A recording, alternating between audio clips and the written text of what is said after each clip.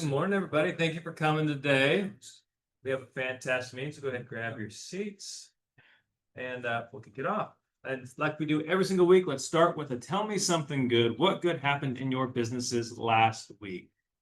Who wants to go? Listing. You got a listing? Congratulations.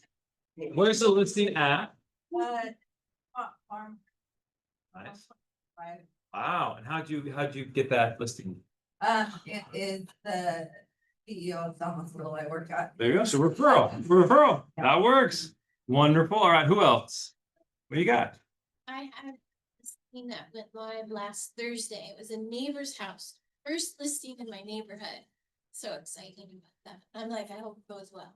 Yep. And within 24 hours, we were in contract with another ESP agent. Wonderful. Congratulations. Bye.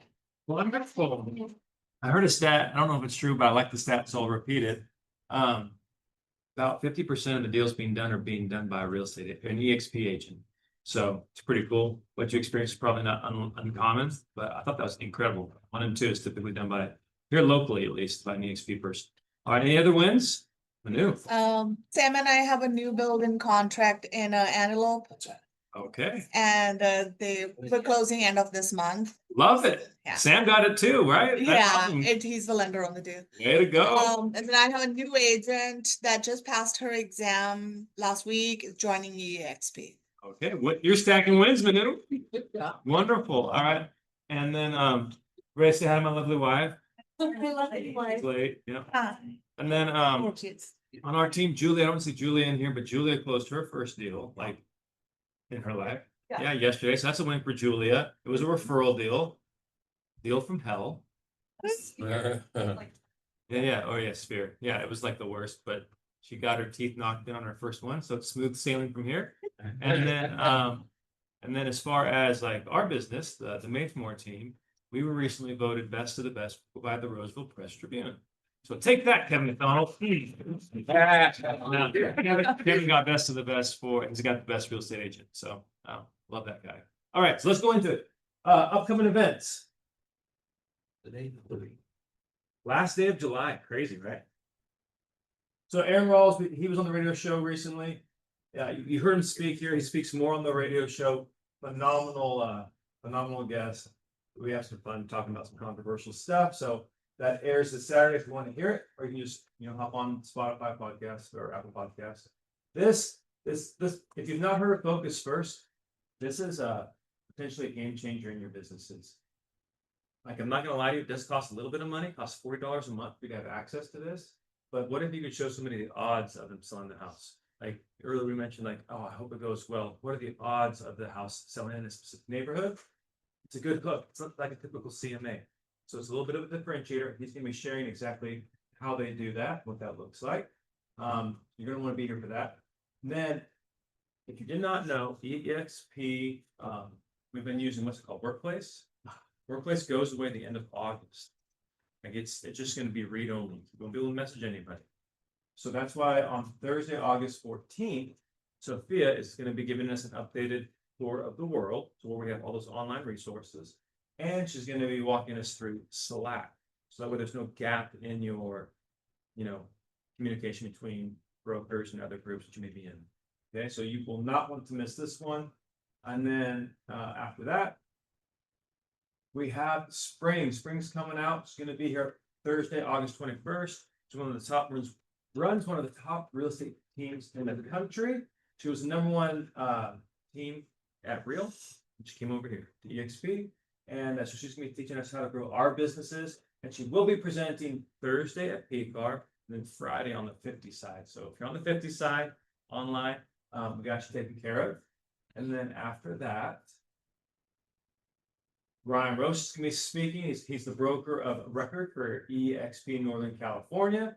He lives locally in our market, so it's a great resource to have him so near and dear that he can come by and meet us in person, not on that EXP world. And then next, we have Frank. Where is he? I said blue shirt. We have Frank's golf tournament. It's coming up September 29th. So go ahead, scan the QR code, register, swing for the kids. So you're going to have a fun time. probably the best like fun golf tournament out there, and you're done at a reasonable time. You're not hanging out till 9 o'clock at night, bidding on stuff. And then after that, Alex Dyer speaks every Friday. Is Alex here? I don't see him. I don't see him. Or Steve. So every Friday, so with EXP, you have options. You have access to Lofty, you have access to Lofty CRM, you have access to the closed CRM, you have access to what was KB Core, has now been rebranded as Bold Trails. And so Alex is an expert on Bold Trail. And so every Friday, online and in person in this room, he leads a class on how to grow your business using Bold Trail. If you want to register for that, go ahead and scan the QR code. And then after that, we're up to our lender minute, our mortgage minute. Oh. All right. Well, JJ, everybody, please give JJ a round of applause as he comes to the front of the room. Oh, nice, thank you. Can you hear me? All right, how's it going, guys? Happy Thursday, almost Friday, almost August. You know what yesterday was?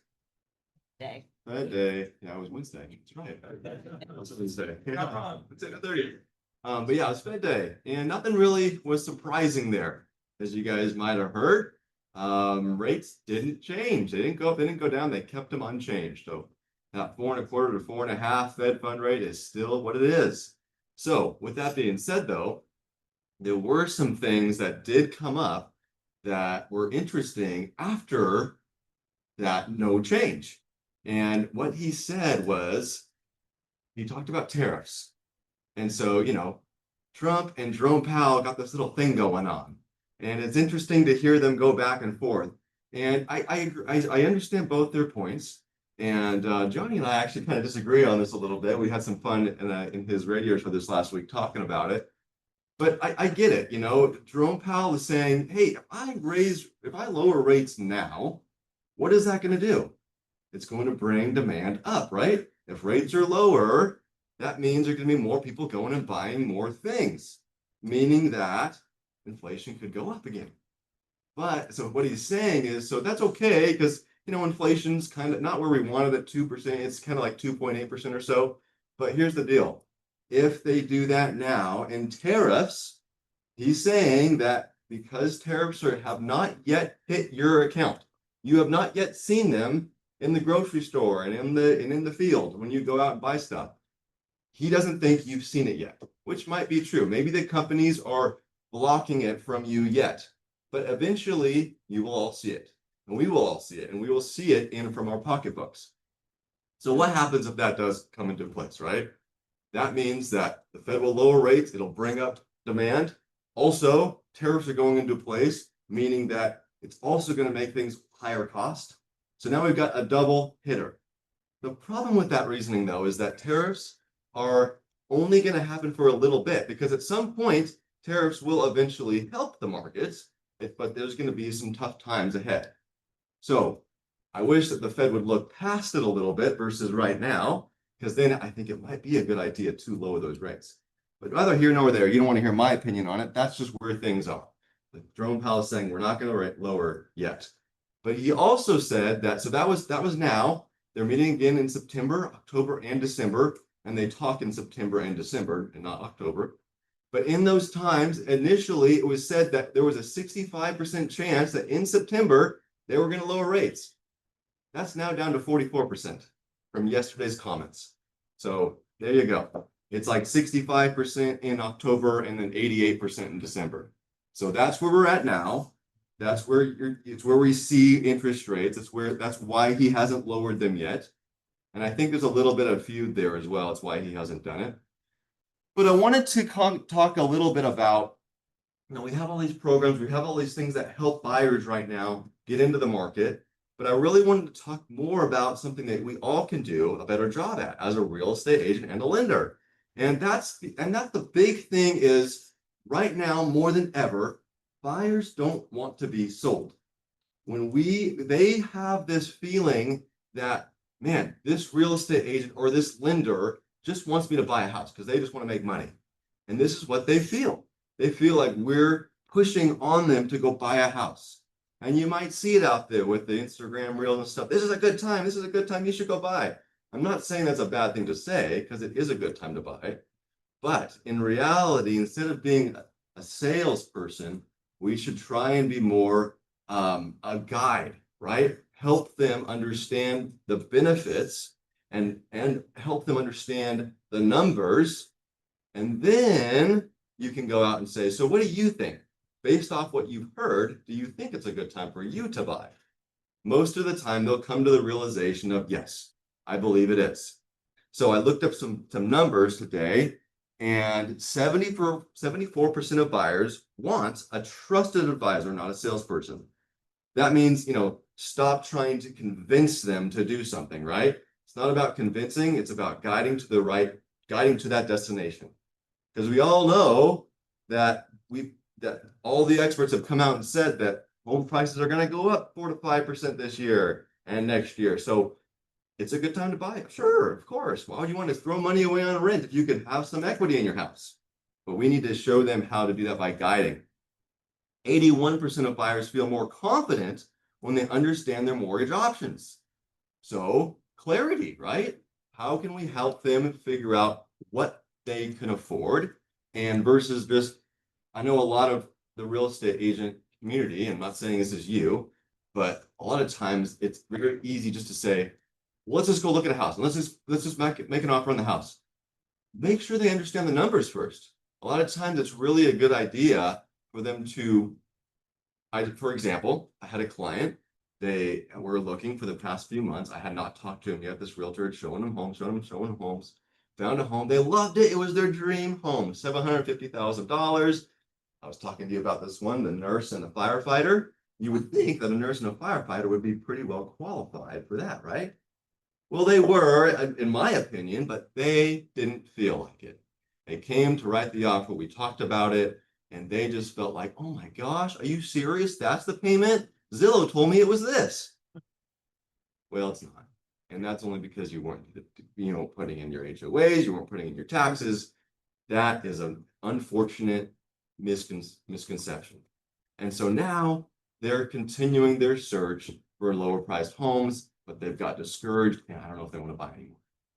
It's so important to make sure they understand the numbers before they go out there and start buying or start looking. Show them why behind the numbers, not just the pre-approval, and that's what we do. 67% of first-time home buyers delayed because they weren't sure if it was the right time financially. That's a huge opportunity for all of us, right? Not to pressure them, but to walk them through the options and help them decide if now is the right time for them. So I thought that was really important. What happens when you do this? They trust you. That's the whole point of it, right? We need trust from our clients. Then it makes them feel like they're in control versus us pushing on them. So I know this isn't a cool loan program that we can go out and sell, but I really felt like over more than any time ever, as you're out there, you're talking to your clients, we're trying to push them into something versus pushing them. Position yourself in a way that you're guiding them. Position yourself and say, what do you want out of this? How can we help you get the best transaction possible? Let's figure out if it's now the right time to buy for you, not you need to buy now before it's too late. And if you want to stand out from other agent partners, it's good to co-educate with a lender as well. Happy to do that. I wanted to share one more thing with you before I wrapped up here. I was talking to my pops the other day, and dads and moms, they always know the right things to say, right? Right on. Right? You got it. And my dad was a history minor. He was in real estate community. He was pretty much his whole life, but loves history. And I was talking to him about this subject. I felt like, man, I just can't, what's going on? I got all these buyers, all these pre-approvals. I'm following up with them. I have to hire 3 more people just to follow up with our pre-approved buyers. They're not buying. What's going on? And he said, you know what? Stick with what you're doing. Stick with it. I know it's discouraging, but you have to run the race. And the reason, and what he compared it to was in 1948, there was a guy named Truman, and he was running against a guy named Dewey. Anybody know the story? So Dewey, 2 weeks before the actual presidential election, he was set to win. The newspapers actually printed that he was the winner of the presidential election. Everybody thought it was done. He was the man. He was going to go on and be president, right? And sometimes as real estate agents, we might feel like that. I've got everything in control. I'm just going to let the market play it out. And then as soon as it gets there, I'll be the winner. I've got all these people ready to roll. We need to be like Truman. Truman was supposed to lose. But those last 2 weeks, you know what he did? He went on a rampage, man. That guy went all around the country. He went every single state. He went and spoke. He went and did everything that he should have done. And because of that, he won. So it was just a really important time to be able to realize, let's put ourselves in that position. Let's educate our clients. Let's do the right things. Let's continue to do the right things. Be like Truman. Don't be like Dewey. Don't give up now, even though things might seem difficult. Keep on the race, and I promise you, you will come out ahead. Any questions about mortgage or anything else that I can help with today? Rates? Frank? I want to give you some love. Yeah, man. You don't deserve it. Oh, I know I don't. I know I've said this before, but JJ's the only lender that has come to me because we're all great magnets for people wanting our business. He says, let me be your inside ISA and call your clients. I went, what? Because we suck at follow-up. We do. JJ's staff calls my database, and I got about 589 in there. Every Tuesdays and Thursdays, and I get a printout, who they've called, the follow-up. And if you're not using that, you're missing the boat. I want to thank you, JJ, for that, because you're the only lender that has ever done that for me. Thanks, man. Thank you for the opportunities there, man. Well, great. Well, I love being here with you guys. Thanks. Oh yeah, Alicia. Could you just run through a quick second, the particulars of the buy before you sell, just the key points? Because I need a refresher. Yeah, absolutely. There's a ton of buy before you sell programs. You know, there's the bridge loans, there's the home light loans. We've got them all. I will tell you the one that I like the best is being able to, if you have the equity from your current home, is being able to go draw some money from that house as a home equity line of credit most of the time and utilize it for the purchase of your new home. With that being said, this particular program that I like allows us to not use the debt from your current mortgage when you go buy your new mortgage, your new house. So don't have to count that debt along with the HELOC payment. So don't worry about that home mortgage or that HELOC payment, only the new mortgage. It makes it super easy to qualify for that new one, with the understanding that you have the intent to sell your house. The intent is the intent, right? If you plan to rent it afterwards, well, your intent changed, right? Whatever you want to do, you can do, but the underwriter just wants to make sure you have the intent to sell. And what is the, let's say, what is the time period that they would give you for selling it before the HELOC and the, payment catches up to you? So the HELOC is an interest-only loan. So we try and, there are also other options. We can do HE loans as well that are more fixed rates, but we're just trying to get you to that next spot. So that way you don't have to worry too much about that HELOC payment. So as an interest-only loan at 8%, it's not too bad. So you've got this interest-only loan that comes in. So let's just say today your loan closes. It's July 31st.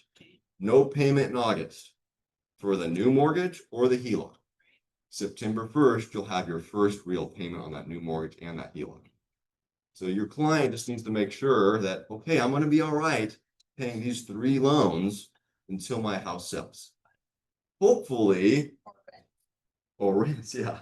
Hopefully, you sell that house within that next month, and you don't have to worry about maybe making 1 or 2 payments. I think your question too, though, is there's no timeline. You don't have to have your house sold by specific. The ones I remember hearing about before were that like you had to pay them back in 6 months or something like that. That's why this program's cool. There's no timeline. Okay. They're not going to make you pay off the HELOC or any other mortgage. There's no early payoff But penalty. you say the HELOC was an interest only? Mhm. So they're gonna let an interest only loan sit there for 20 years? It's interest only for the first 10 years. And then it transitions into Okay. Yeah, the total payment, and you can draw off of the first 10 years too. Yeah, yeah.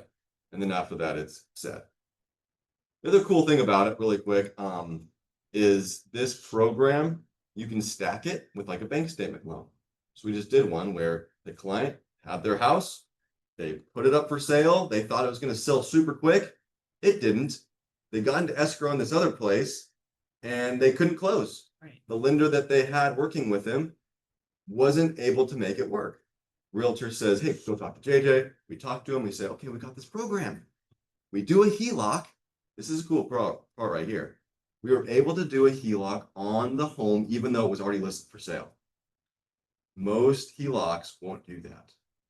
Now, that's a really cool thing. I know it doesn't seem like it because you guys aren't in the business like the mortgage business, but that's super cool. There's not many lenders out there that are willing to give you money for something that's gonna be paid off in a month or two. So we've got this new program now. That's pretty cool. And then we went on, we bought this $1.7 million home. So it's a jumbo loan, bank statement loan as a self-employed borrower. Wow. Pretty dang cool. They were able to do it. Their house is still for sale, still trying to sell that dang thing. But yeah, able to buy the house. Call Alicia. I gotta call Alicia. Gotta call Alicia. She'll sell it. Any other questions about buy before you sell or anything else? All right. So. Thank you, guys. Awesome. Appreciate you. Yeah. So, how much time do you need? Well, I can talk about this for days, but I can put it in 30 minutes. Okay. Or less. I just wanted, so tag on to JJ's thing. Seems like I've been going on a lot of listing appointments lately where I am not the only agent that's on these listing appointments, right? You go on a lot of appointments where there's fierce competition. People are adjusting their commissions. People are promising certain things, whether they're actually doing them is a whole nother conversation. But in order to stand out, I wanted to kind of have like a roundtable discussion, get you all, involved and hear what you're doing, just really briefly, because the difference between the person who wins that listing and the person who, everybody else who doesn't, is essentially like the seller's confidence in that person's ability to sell the house and what they're going to give them. Like what value are they bringing to the table? And in order to differentiate yourself, it really helps our big claims. We've all heard, under promise, over deliver. Well, in order to stand out, you want to over promise and then over deliver. So, for example, if you're working with a buyer, a big claim would be, hey, you know what? You don't have to work with me. It's totally fine. You're at an open house, right? Aaron Rawls talks about this. You don't have to work with me, but if you're having trouble finding the right home, I do have an off-market list of typically over 100 homes and then never even hit the market. We sell a house every week or two off market. Nobody even knows they hit the market. If you ever want to work with me and have access to that list, I'd be happy to help you with that. Right? I would say that's a hook. That's a big claim. What's another? So let's come up with one for buyers and one more and two more for sellers. So what's one more big claim? What could you have for buyers? Well, I love the one that Aaron also uses. If you sign with, agents are gonna want you to sign an agreement that pays them a certain amount. If I can't get that negotiated by the seller, then I'll waive the fee. Yep, that one saved. I used that one. That one saved me. Any other ideas? The off-market properties. Off market property index. And then any other ones? Another good one would be the motivated sellers list. Want to know how to do that? I know we're being recorded. I don't necessarily want the other brokerages to hear how we do this, the algorithm. But if you want to know, I would say have a list of motivated sellers. These are people who are desperate to sell their houses, and you're probably going to get a better deal. You might get help with down payment, closing costs. Maybe they'll buy down your rate. Maybe they'll throw in some repairs. Those motivated sellers. So those are some big claims. Those are some strong hooks that maybe your competition is not using. Let's switch gears and say sellers. What would be some big claims for sellers? You can do luxury or non-luxury. So something that we use is we're big fans of like the Bay Area buyers, right? So we say we have a special Bay Area buyer marketing plan. So for retargeting and geofencing, we're able to promote your home. People who are in the Bay looking to make a move, right? They're still in a house that's a fraction the size of yours for many times the amount. So that Bay Area buyers, that's a strong hook. That's a big claim, right? That's something that maybe your competition is not doing. Are there any other like what do you guys say in the living room? Any other listing tips. Barry's writing down the area of items. Come on, guys, help me out. Let's see. See, if you don't know, this is why you're losing. 'Cause I guarantee, when I walk in the living room, I have a list of things that like the people on our team, where we go through it and you just see like the blood draining from their face. Like they're like, oh, I'm glad I don't have to be with you. Okay, so what else you got? I have a lot of agents that are now using our fast check. It is something that you brand into your office. I designed it so it says you, not property ID. And it will actually let them know upfront about, hey, 8038, you don't need this, you don't need this, here's what we're gonna do. It's just that other edge system already looking out for your interests. And I'm gonna mention a little bit about this. We just gave a press release. Property ID was approached by a company, so we did all the national government disclosures. Found we were the only ones who had 100% accuracy, 100% covered all the disclosures. And it's called Rescore. And it is a tool that can actually break it down. You don't know why, when we are buying insurance, our insurance rate just went up. They don't give us in detail. Here's why it went up, here's why it went up. We just go ahead, oh, it's because of fire, it's because of what happened here. This will actually break it down. And myself, as a licensed insurance broker, I love this. What I do for my clients, I would say, wait a minute, you don't really have to pay that much. I wanted their loyalty in me. I'm watching out. for them. Yeah, so I totally agree. Like bringing like saying, hey, Yeah. you know what, here's what we want to do is we want to make sure the buyers are confident in your house, right? Because what happens is if you don't have the NHD disclosures, if you don't have the seller disclosures, if you don't have the inspections done, you get the contract and they find something out and they freak out and they pull the plug. That's not good. Have you experienced that? Yes, but I like Brent's, I've like tweaked it a little bit for myself, Yeah. but I like to just like smile and look them in the eye and be like, no one wants to get more for your house. And then confidence. sit in the uncomfortable Yeah. space that happens afterwards. What's this phrase? I'm a hungry dog on the back of a meat truck, right? I mean, Nobody will work harder. because I really go with that angle, more like no one No, wants it's to not get you as much Yeah, as I do. and you're translating that confidence. Yeah. Translating that confidence. All right, Heather. Yeah, we're going into the knowing how many buyers are in that neighborhood, so having the metal people, the ones that are not owner occupied. And going in and saying, there are 53 potential renters living in your neighborhood. I already know they love this neighborhood. They're interested in the homes that go up for sale, and I plan to get every single one of them to open this file. Ooh, that's strong. I haven't heard that one before. It's really good to do, especially if you're surrounded by an elementary school. And I can say that from personal experience, because the church is the home that we were actually renting because we wanted to stay there because my kids are kids are 4 right years there. apart, I'm there for a while. Yeah. Yeah. So if you have a listing that's surrounding, an elementary school especially, it's wildly important to check out those potential renters. So I guarantee more than half of them want to stay. That's strong. I was writing that one down. Don't let me forget, Val. All right, and the last one, this is something I've recently learned. Anybody can do this. You can do this on your phone as long as they're decent self-service. Oh, no. Pardon me. Like, he's like, I just throw my stuff at them. That's okay. What's it? It's called the ads transparency page on Facebook. What you're able to do is you can look up who is running ads. And if you're the first person in, if you're the last person in, and you're going through the different stuff, you're gonna provide, they're like, oh yeah, the other agent's gonna do that. Well, they're gonna actually run paid ads on behalf of your listing. Oh yeah, that's what they said. All right, well, let's see. Here's what I'm doing, and you can show them the ads that you're running on this transparency page. You can also show up anybody else on Facebook, pull them up, and see what ads they're running. And we recently did this with the team. Names that you all know that do luxury, that do a lot of volume, are not running ads. There was only one team out of probably 10 that we pulled up just this week that was running ads, in addition to ours. So the odds of you pulling them up and them not having any ads running for their clients on Facebook is incredibly high. But the caveat is you better be running some too. Okay, so those are some strong hooks, those are some big claims, those are some differentiators. That been.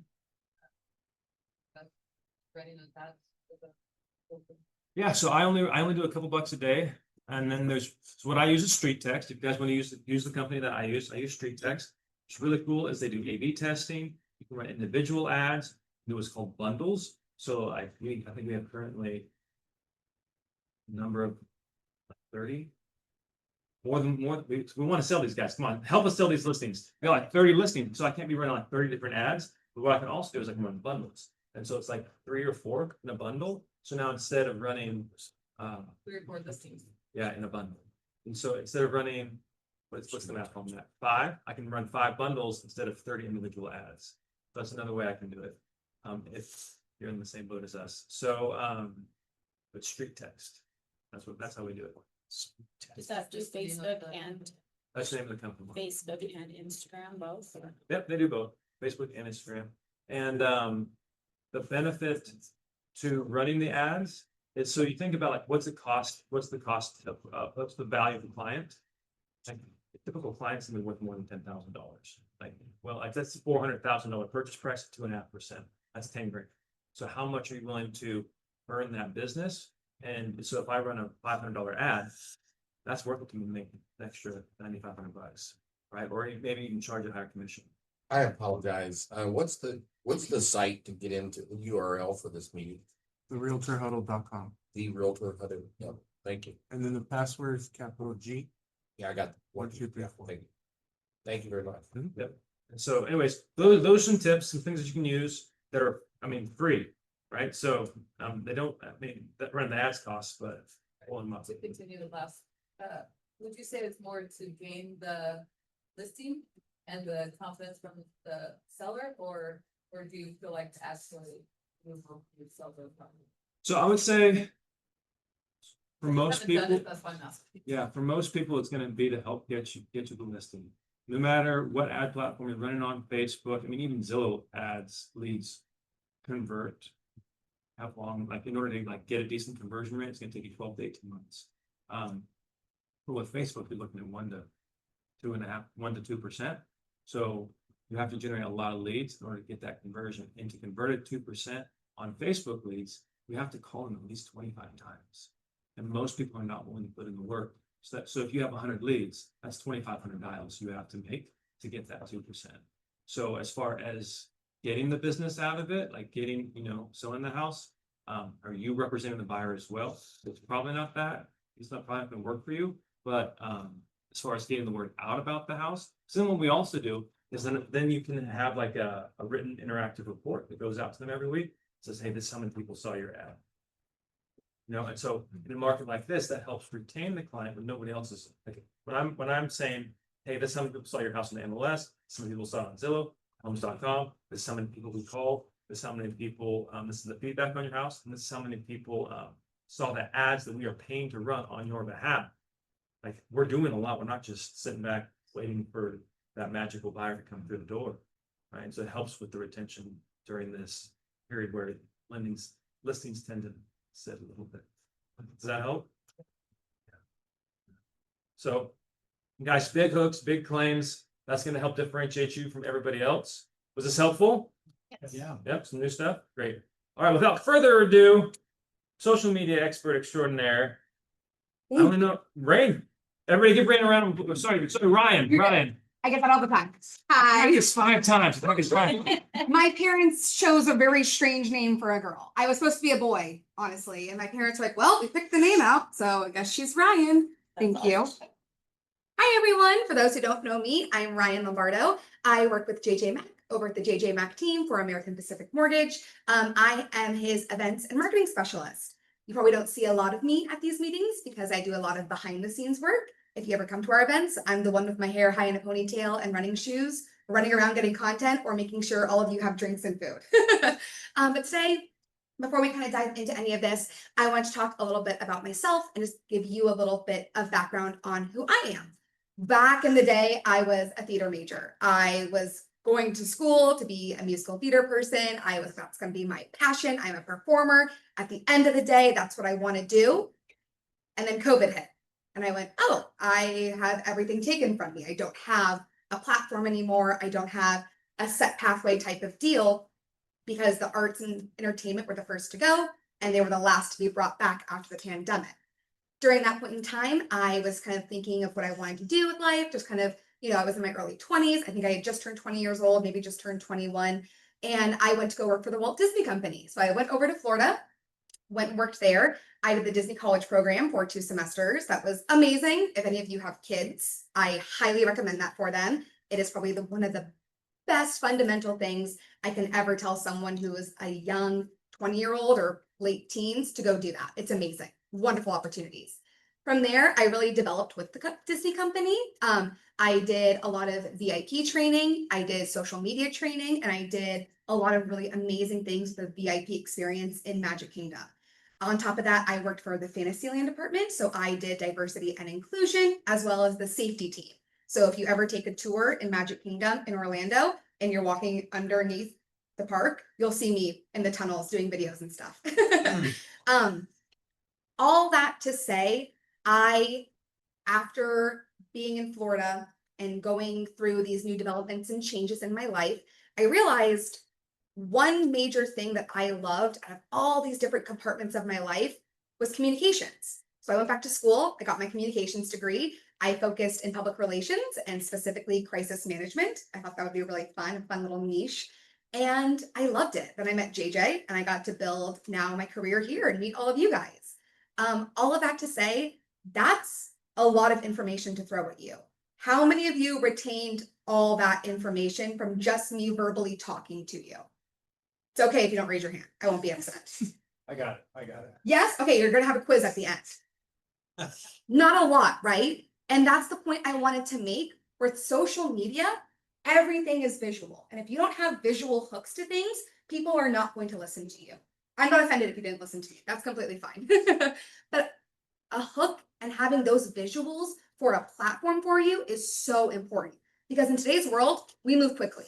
Everything is 3 seconds or less. If you don't capture my attention on a little screen or an iPad or a laptop, we're going to keep moving away and see the next person on my For You page or my timeline or my feed. So it's really important that we hook in our audience with things like visuals and our social media so you really have that presence and you stand firm in it. With a raise of hands here, how many people have a social media account that you actively use, whether it's for personal life or for work? Okay, perfect. Are you guys familiar with Facebook, Instagram, TikTok, LinkedIn? I like that you kept your hand raised. I like that. Thank you. We can go to the next slide for me, please. So all of those things are really key fundamental elements of what social media is. And up here, I know I'm kind of short, so I'll move out of the way so I don't block anybody. But I kind of wrote out here all the different major platforms that you should be aware of. We have kind of our giants over here that have been the fundamental pillars in our society of what social media is. Now, social media is vastly different from what it was 10 years ago to 5 years ago to just a few months ago. With so many changes happening, for example, TikTok getting threatened to be taken away time and time again. But TikTok is a huge platform now, not just for content creators or fun YouTube stars. It's now a place where people are doing business, real estate agents in particular. That is a huge platform to show off your open house listings, to show your market, to talk to your audience and build a platform. Social media has also become a really interesting place where people can sell goods, services, products. It's not just to maintain relationships with your friends and family anymore. It's now an advertisement space. For those of you who are kind of familiar with television and all those things, back in the day when we introduced streaming services like Netflix, right? Or Hulu or Peacock, these were streaming services that were given to a consumer so they could be removed from seeing advertisements.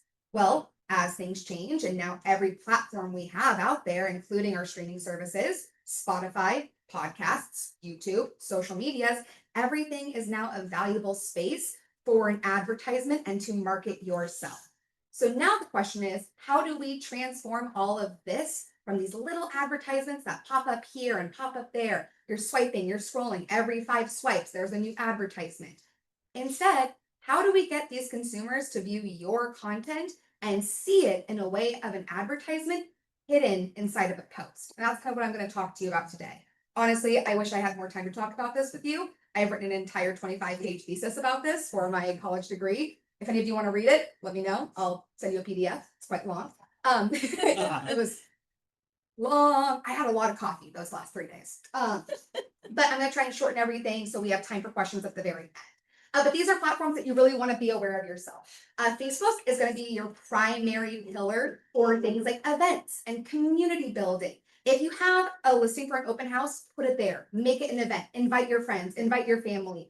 Put it in Facebook groups. There's hundreds in just the Roseville, Lincoln, Loomis, Granite Bay area where moms, dads, family members are all in there looking for things to do.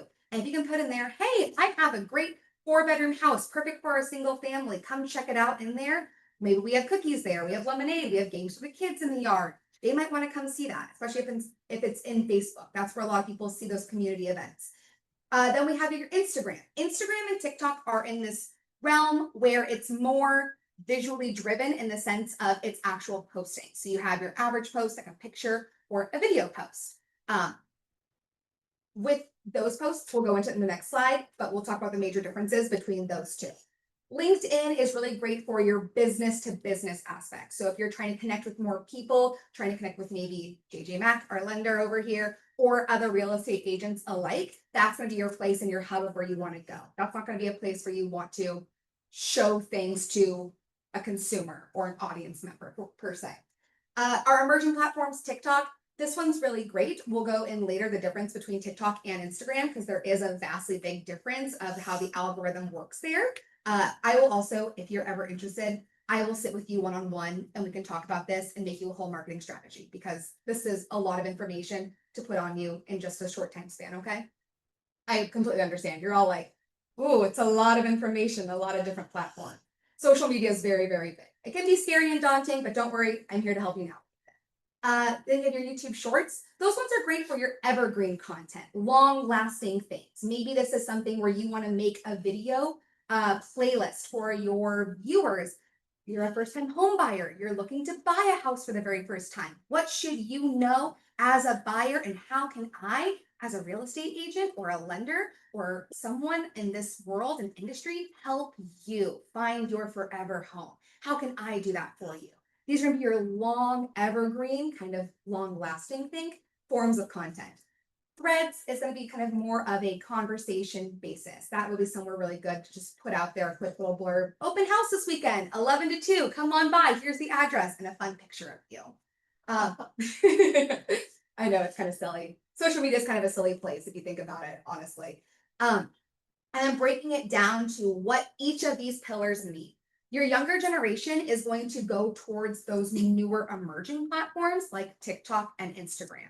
Whereas your older audience members, maybe someone more of the millennial and older side of things, are going to gravitate to more of a Facebook setting. So it is important that you post on all these platforms because you never know who's going to see it. And if you're only narrowing your audience to this big, when you could cast them at this big, you're going to be missing a lot of people.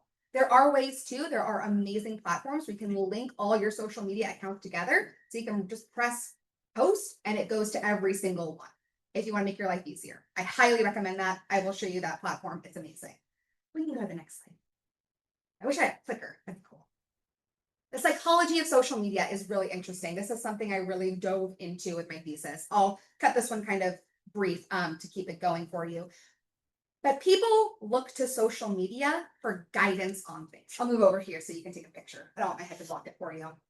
People look to social media for guidance of things, especially posts that evoke emotion. I personally did a really fun experiment on my personal TikTok where I wanted to see what my content that I post in my everyday life, not related to JJ Mack team, would do if I posted 2 separate videos, one of myself getting my hair done at a salon and then one of my boyfriend. At the salon, I was getting my hair done. It was a cute little edit, simple, 5-10 seconds at most. Didn't do very well, got maybe 10,000 views, a couple hundred likes, not a big deal. Then I posted a few days later a video of me picking up my boyfriend. For those who don't know, my boyfriend's a pilot. He lives on the East Coast, so he commutes in to come home to visit me. And he comes in very late. One night, I forgot to pick him up. Yeah, I know. Shame on me, shame on me. And he was not super happy with me. If I could connect it up here, I would show you. But I posted that video of, I was like to pick up my boyfriend, and you just see him on the curb, really angrily picking up his stuff and walking to the car. I made a funny post, edit about it. It ended up getting 500,000 views. It got hundreds of thousands of likes and hundreds of comments. And it got me thinking, what was the difference between those two posts? One was a pretty content. It was pretty visually, it was stunning. It had some information of, I went and got my hair done at XYZ place. I got X, Y, and Z done to my hair for those of you who want that color formula or whatever side of TikTok you may be on where you want that. And one was really emotion evoking. And that one performed well. Even though it didn't have anything vastly different, they were still 5 seconds a piece. This one did significantly better. And that's when I went back to my thesis. I went, let me go back and reread that. I wrote that a few years ago. Let's revisit that. All social media is, down to its core at the end of the day, take away the content creators, take away the advertisements, take away the marketing strategies. At the end of the day, it's a platform that everyone is on. And any type of emotion you put on there, whether it's joy, whether it's anger, whether it's confusion, whether it's you want to buy a house, I can help you make that dream come true. Let's do it together. We'll get you here. Do your affirmations, visualize the house you want to live in, visualize the sounds, the smells, everything about it. People want that, they crave that. So if you can create that emotion evoking emphasis in your content, you will see results with it. The algorithm does incredible. The other part about the algorithm as well, since we're talking about that, I'll jump to this really quickly. Make sure that you are interacting with each other's posts. If you have friends that are also doing content, make sure you're interacting with them. Share it to somebody, post it on your story, like it, comment on it. The algorithm will push more things out if there's more interactions with that singular post. For example, if JJ posts something and we all went and commented on it, we all said, this is amazing, great video, slay, good job, whatever you want to say on it, you're retweeting it, you're posting about it. The algorithm's gonna like that and say, oh, people like this. We're gonna push that more. Versus if you did something and none of us did anything to it. We didn't like it, we didn't comment, we didn't share it, we didn't do anything. The algorithm isn't going to recognize that that's a high producing piece of content. So it won't push it. It's a very interesting ball game, excuse me, that showing up for your friends on social media is important. Even if you don't think it is, I promise you. Comment something, like it, even if it's an emoji, something really small and simple, be there, show up for them and how you want people to show up for you too. While we're here, we can go to the next slide too. While we're here, we're gonna also talk about the difference a little bit between having posts of pictures and videos. Videos do significantly better than an average post. And that's primarily because all the changes and developments that we've had over the past couple of years. Sorry, I'm trying to be aware of my time. Over the past couple of years of all the new platforms that have emerged. Before TikTok, we had Musical.ly. Before Musical.ly, we had Vine. All of those kind of paved the way. Some of you don't even know what those are. It's okay. You don't have to worry about them. They are long gone. They don't exist anymore. Don't worry about it. If you don't know what Vine and Musical.ly is, you're not missing out. It was just a bunch of kids dancing to songs. But it created TikTok. And TikTok is now this huge platform where, because of TikTok, how big that got, Instagram came out with Reels and YouTube came out with Shorts because they realized people were liking these short form 30-second pieces of content more than 25-minute long episodes on YouTube or just a picture on Instagram. Before, you were just posting pictures of your vacation. Now you can post things of an entire workspace. You can post things and market your brand. You can market your open house. And it's this amazing new platform. We can head to the next slide too. Well, if you want a marketing strategy, we can sit together and go over it. That would just take a little too much time that we don't have today to go over that.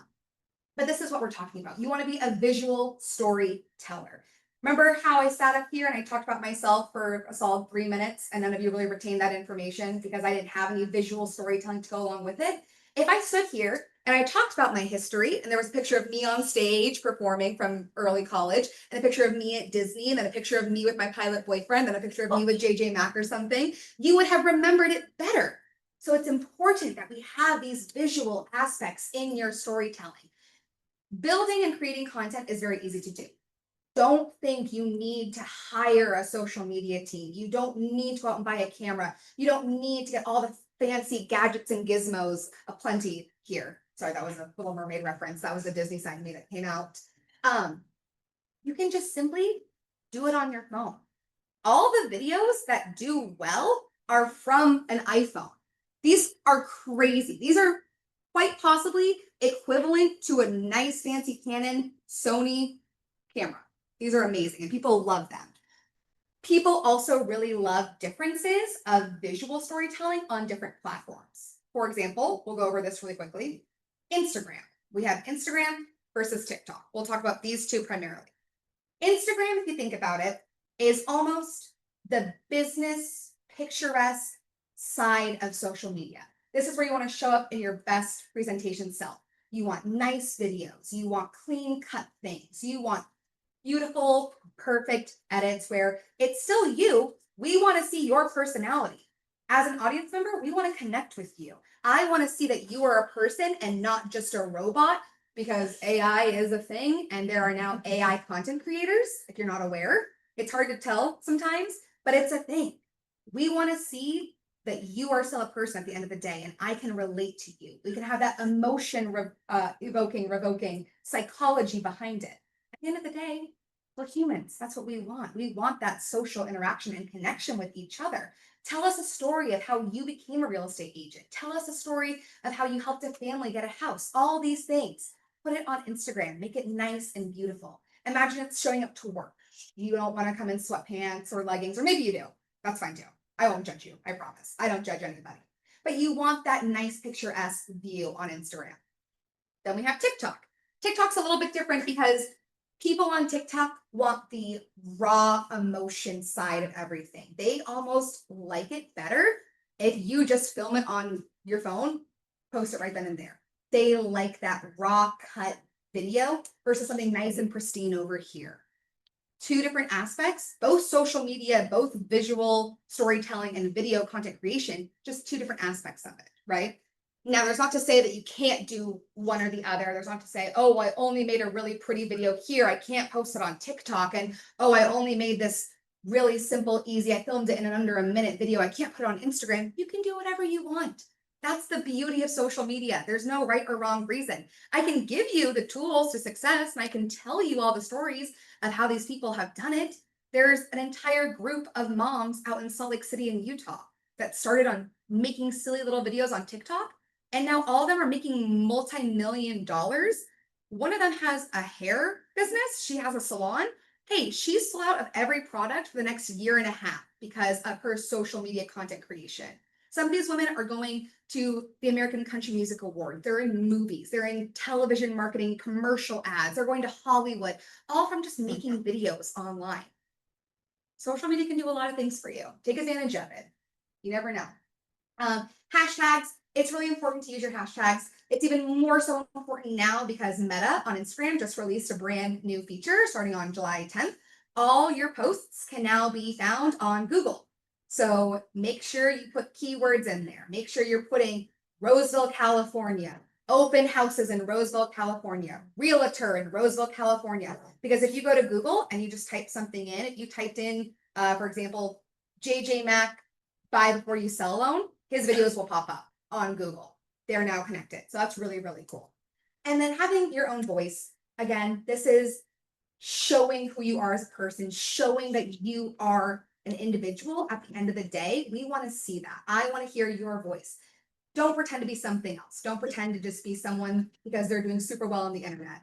There are a lot of people that are internet trolls who kind of just say crazy things to get the views. Don't be them. I mean, if you want to, that's fine, but you might not get the best business from it. We can go to the next slide.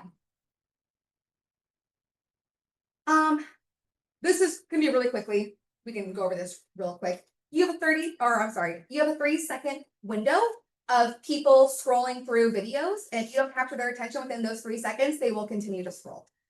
On your analytics, on whatever platform you use, you can actually see, and if you need help, I can show you how to access those analytics. You can see how long people watch your videos for. You can. Most of them are under 3 seconds. A lot of them are 2 seconds, 1 second, and then they're scrolling. So it's important that you have hooks. It's important you have visuals, you have audio hooks, you have a storytelling element that makes them want to watch. For example, if I were to make a video and I said, are you looking for a real estate agent? I'm a real estate agent. I can help you. Looking for a house? I can help you right now. That's not super appealing. Versus me in a video saying, are you a family looking for your home in Roseville, California? I'm a real estate agent. I can help you make that dream come true. Are you struggling to find the perfect house that you want your family to stay in throughout their entire high school career? Hi, I'm Ryan. I'm a real estate agent. I can help you make that dream come true. See the difference in how there's almost a question? You're talking directly to the consumer through your phone by giving them that little hook in the beginning. It's important. It's having a conversation with someone, even though you can't see them physically in front of you. You're still having a conversation with them through social media. This is when we kind of talked about interaction earlier, wanting to be there for your friends, show up for them. At the very bottom of your caption, put something like tag a friend, share this with someone who's looking for their dream home, share this with someone who needs a real estate agent. Give them a call to action so there's something to do with that post. If you're posting on your stories, which if you're not already, you should be posting at least twice a week on your story because that will get people to see you on everything. Put something there, a poll, a vote. Even there's like those little ones now where you can rank how much they like the picture. Something so the algorithm can see that people are interacting with your content. We can go to the next slide. We can skip over this one really quickly, but just so you know, this is just the difference of things of how videos perform over different social medias. If we had more time, I would go into that for you, but I'm trying to get to the very end so I can show you things. We can also, this is talking about ads up here. If you want a social media marketing strategy, I'll sit with you. We'll talk about this. Ads are great. If you're not doing an ad on some form of content, do it on at least one post so people see everything for you. Ads on Facebook do significantly more well than ads on TikTok or LinkedIn. If you're going to filter money somewhere, do it on Facebook or Instagram. Those are your top contenders for ad spaces. On our next slide over here, I have a couple of different examples of accounts that you should follow because they will give you really good content ideas. It will show you different trending audios, videos, all these other aspects that are very important. And if you're someone that's starting out and new and you're not sure what to even post, there are these Instagram accounts that I will show you in the next couple slides that are amazing for helping you as well. This one is really important because this is just creating a schedule, which again, I can help you with. I would be more than happy to help you do that. That's literally my job. I'm here for you. I would love to do that.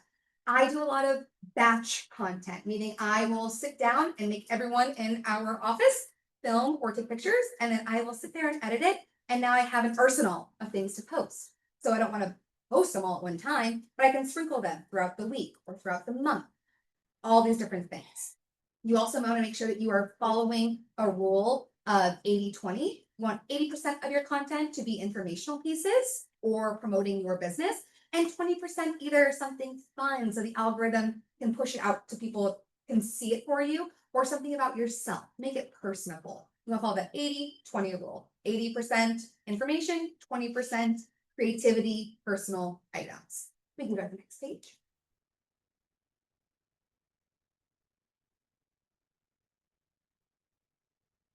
And then getting started, we'll talk about this on the next one because it'll be better to see for a visual for you. But accounts, make an account. It doesn't have to be something where it's a business one, but just have an account so you can post something. Someone can find you on Instagram. A lot of people don't look to Google anymore to find things. They go onto Instagram and TikTok and they search for things there.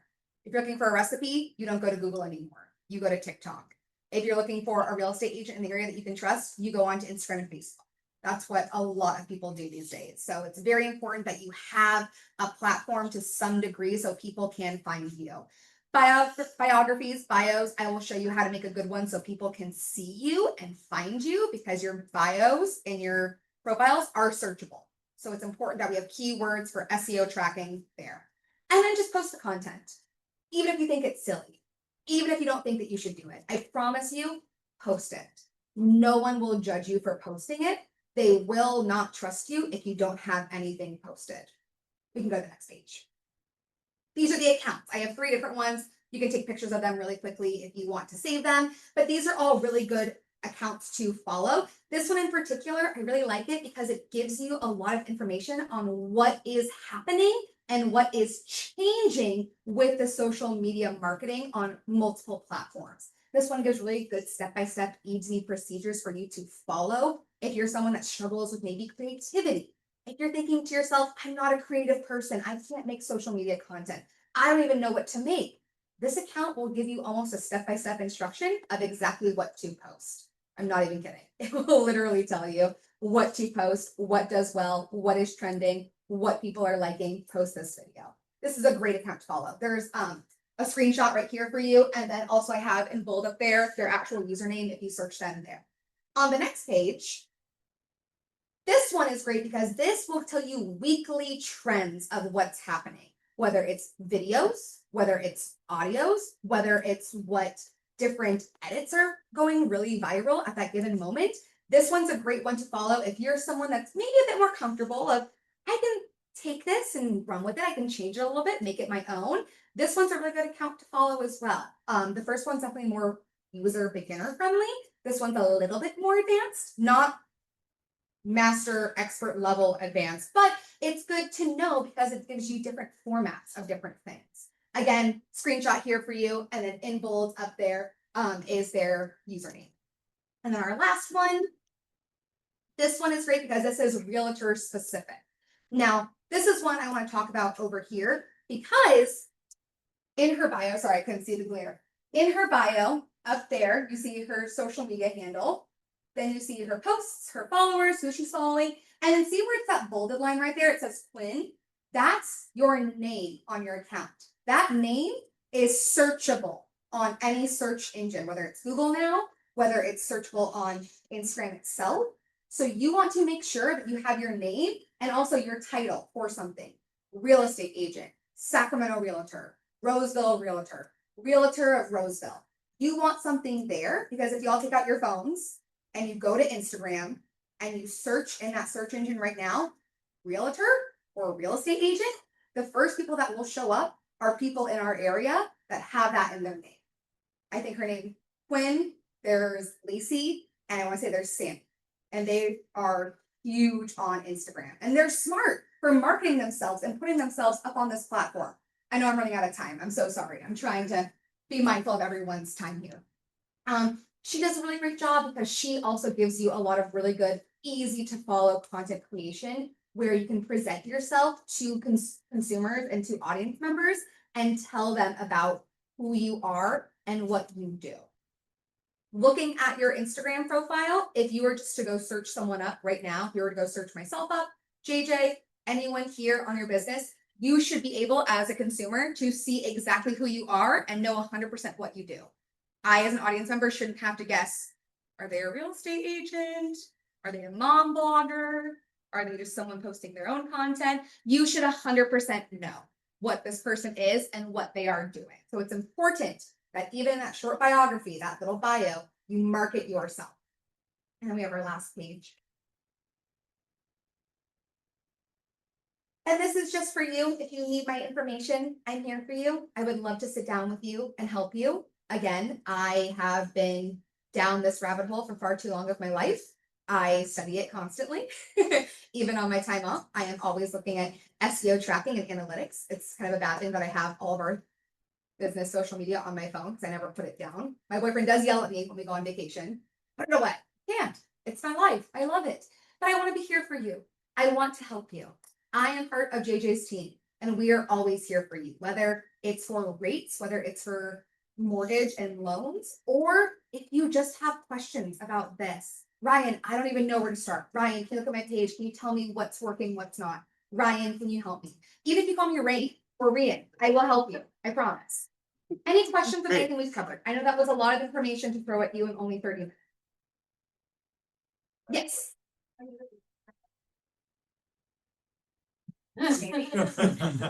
I left right before I was going into entertainment. I was going to go to Tokyo, but I was going to be a really good friend of Snow White. Yes. Any chance I could get a copy of these slides? I took some pictures. Yes.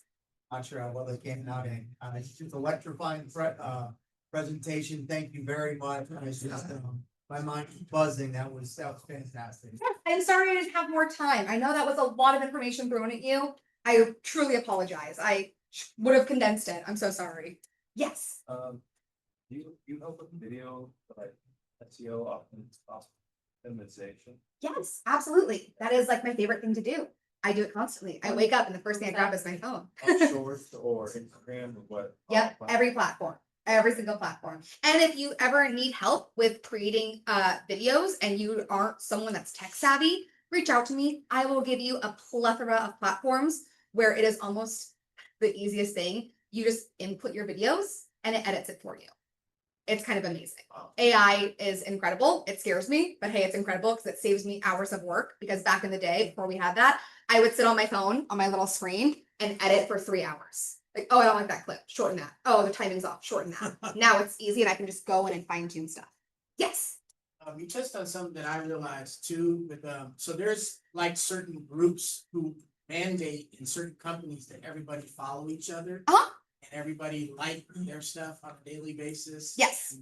I know in this office, I've only been here a short time, but there's a lot of support in this office. But I would say if there's a platform to put everybody's social media stuff on there, and everybody that works in this office should be following everybody. Because I know everybody here follows Brent Gove, right?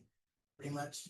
Nobody raised their hands. So but my point is that it's actually people sometimes think they're competing against the other agent in respect to how you promote yourself, but it's actually will multiply your views by other people. And I just wanted to touch on that. Yes, thank you. I tell this to everyone because I have had a plethora of jobs of social media marketing and then special event coordination. The night sky is big enough for all of you to shine like a star. There is no limit. It is not a competition. Just because you are in a race, keep trugging along because everyone crosses the finish line at some point. It's not a competition where you have to trip your neighbor and push them down so you can rise up. It is more important that you show up for people in your life and hold on to those relationships because you never know in the future, someone might say, hey, you helped me so much. You always comment on my stuff. I have a potential client that I just don't have time for. Can I refer them to you? You never know where it's going to go. Always, always show up for people. Do it with kindness, do it with integrity, and be honest about it. I promise you it'll go a long, long way. That's a great, also I love the idea of a platform. That's awesome. Yes. How does the website tie into all this? I know everything is moving towards social media, but also SEO aspect of it. Absolutely. That I would love to sit and talk with you about that because that's a whole conversation in a can of worms, but it's so important. And it's important to maintain your website. Even if you think it's not, if you have a website that does not look like it has been touched in a long time, people are going to get turned off by it because they're not going to think it's relevant or updated. If you have pictures from 25 years ago, update those, update something on it. Also with SEO tracking, make sure you have things that are connected to each other. Google and Meta love consistency. So if you have certain biographies on your website, keep those biographies the same. Another really great tip that I can tell you really, really quickly, have links to all your social medias on your website. That is super important. You can, it's a little easy icon. Depending on what website platform you use, make sure it's connected there. Always make sure, and always make sure that all your social medias also have the links to your website. So it's a two-way traffic indicator. And there's also tags we can talk about, which will really help as well. Yes. I have a personal account for Facebook, a business account for Facebook, personal account for Instagram, and a personal account for Instagram. Okay. Do I need to have a personal and a business account for both of those platforms, or can I combine them under my personal? Combine them. Okay. Combine them. Thank you. Yep. Unless there's things that you don't want people seeing in your private life, like if you don't want your kids on the social media, or I never judge anybody. That's not in my vocabulary. So if you want to put something out there, power to you. Awesome. But also, I always tell people, especially with social media, because it is forever and permanent, rule of 5. How do you feel about it after 5 minutes, 5 hours, 5 days, 5 months, and 5 years? If you don't want any of those things connected to you after that amount of time, do not post it. Speaking from experience. Thank you. Yes. So they always say consistency is king. Mhm. most inconsistent human being in the universe, but, just a basic daily routine probably takes what, 20 minutes to Yeah. engage with the, let's say, top 3 platforms you're on Yep. and like people and this and that, but is there anything else? And I blog a lot, so. Oh, good. So, all my content though is text. I'm gonna be converting everything to video. Yes, Those are all scripts that have already been written. So, exactly. but what would you say is the big common best practice to be consistent over time? That is probably something that I would say most people struggle with, especially those who did not grow up with social media. Like for myself, social media has been around since I was maybe in middle school, so I was always used to it. That was just something that was always in my realm of my world.